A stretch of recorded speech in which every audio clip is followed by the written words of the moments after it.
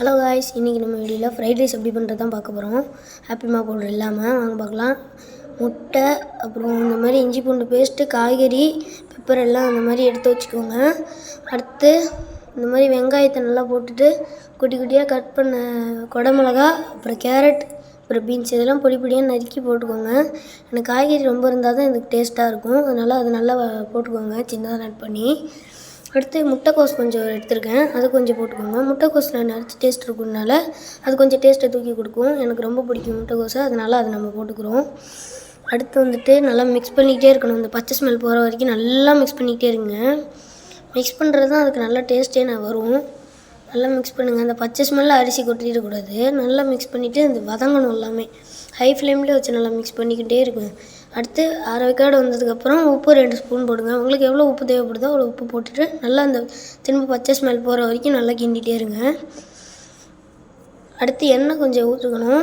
உங்களுக்கு எண்ணெய் விட்டுட்டு உங்களுக்கு எவ்வளோ வேணுமோ அந்த அளவுக்கு எண்ணெய் விட்டுருங்க. எனக்கு தேவையான அளவு நான் எண்ணெய் விட்டுருக்கேன். அடுத்து நல்லா மிக்ஸ் பண்ணிகிட்டே இருங்க. நானும் மிக்ஸ் பண்ணிகிட்டே இருக்கணும்.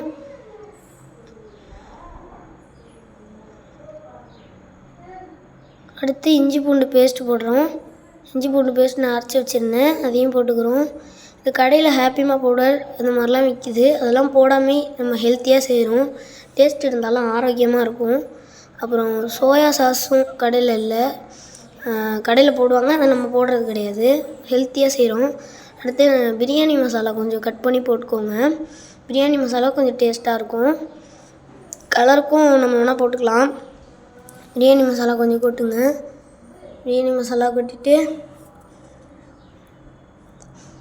உங்கள்கிட்ட இன்னும் கொஞ்சம் இருந்தால் போட்டுங்க. என்கிட்ட சரி ஒரு பாக்கெட் ஃபுல்லாக போட்டுட்டேன்னா அடுத்து நல்லா கிண்டிகிட்டே இருங்க. அது போட்டு மொத்தமாக மிக்ஸ் ஆகிற வரைக்கும் பச்சை ஸ்மெல் போனதுக்கப்புறம் பிரியாணி மசாலா போட்டு கிண்டுங்க.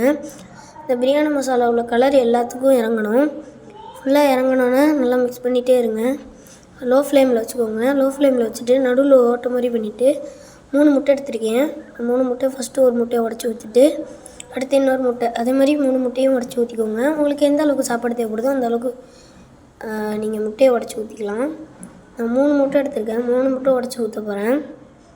அப்புறம் வீடியோ சப்ஸ்கிரைப் பண்ணிங்க, லைக் பண்ணிங்க, ஷேர் பண்ணிங்க, கமெண்ட் பண்ணுங்கள். அதேமாதிரி 3 முட்டை உடச்சிட்டு நல்லா மிக்ஸ் பண்ணணும். இப்போ 3 முட்டையை உடச்சிட்டு மிக்ஸ் பண்ணிக்கிட்டு இருக்கேன். மிக்ஸ் பண்ணிக்கிட்டே இருங்க. அதே மாதிரி மிக்ஸ் பண்ணிட்டீங்களா? அடுத்து நம்ம வடித்து வச்சுருக்க சாப்பாடு எடுத்துருக்கோம். நீங்கள் இன்னும் கொஞ்சம் அரை வேக்காடாக எடுத்துக்கோங்க. இதே மாதிரி ரொம்ப குழஞ்சிரும். அப்புறம் எவ்வளோ சாப்பாடு தேவைப்படுதோ அந்த அளவுக்கு போடுங்க. தேவையான அளவு உங்களுக்கு தேவையான அளவு நீங்கள் போடுங்க. இப்போ சாப்பாடு போட்டுட்டு நம்மளுக்கு கலர் வரலைனாலும் ஹெல்த்தியாக இருக்கும். சோயா சாஸ் போட்டால் இன்னும் கொஞ்சம் கலர் கொடுக்கும். கடையிலலாம் அந்த மாதிரி தான் பண்ணுவாங்க. ஆனால் நம்ம ஹெல்த்தியாக பண்ணுறதுனால அப்படி பண்ணுறது கிடையாது. இதே மாதிரியே பண்ணுங்கள். நல்லா மிக்ஸ் பண்ணிக்கிட்டே இருங்க. அவ்வளோதான், இதோட நம்ம வீடியோ முடிய போகுது. அடுத்து வெட்டி வச்சுருக்க கொத்தமல்லி வெட்டி வச்சுருக்கேன். லாஸ்ட்டாக பெப்பர் தான் அதுக்கு டேஸ்ட் நல்லாயிருக்கும். பெப்பரை போட்டுட்டு கொத்தமல்லி போட்டுட்டு முடிச்சுருங்க. பாய் காய்ஸ், அடுத்த வீடியோவில் சந்திக்கலாம். நன்றி.